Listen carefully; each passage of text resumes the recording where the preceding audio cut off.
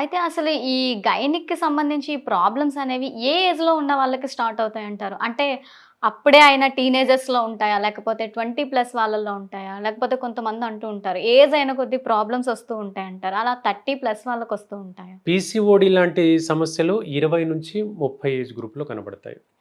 అలాగే 30-40 ఏజ్ గ్రూప్‌లో వచ్చేవి అడినోమయోసిస్, ఎండోమెట్రియోసిస్ లాంటివి కనపడతాయి.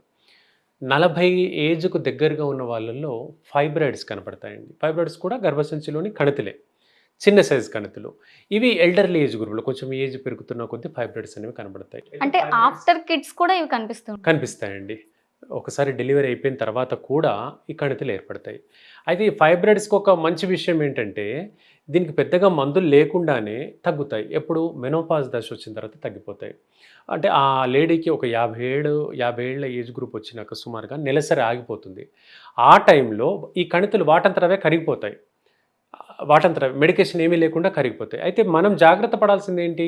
ఈ 40 ఏజ్ గ్రూప్‌లో ఈ ఫైబ్రాయిడ్ వల్ల కొంత నొప్పొస్తుంది. మనం తొందరపడి అయ్యో! గర్భసంచుల నొప్పి తీసేద్దాం సర్జరీ అని కాంప్లికేషన్‌కి పోయామనుకోండి, అప్పుడు ఆ ఆర్గాన్ పోవడం వల్ల విపరీతమైనటువంటి నడుము నొప్పి, ఎముకల నొప్పులు, కీళ్ళ నొప్పులు వచ్చేటువంటి ప్రమాదం ఉంటుంది. సో, ఫైబ్రాయిడ్స్‌ని మాత్రము 50 ఏజ్ గ్రూప్ అయినాక దానంతట అవే తగ్గిపోతాయి. అంతవరకు బేర్ చేస్తే సరిపోతుంది.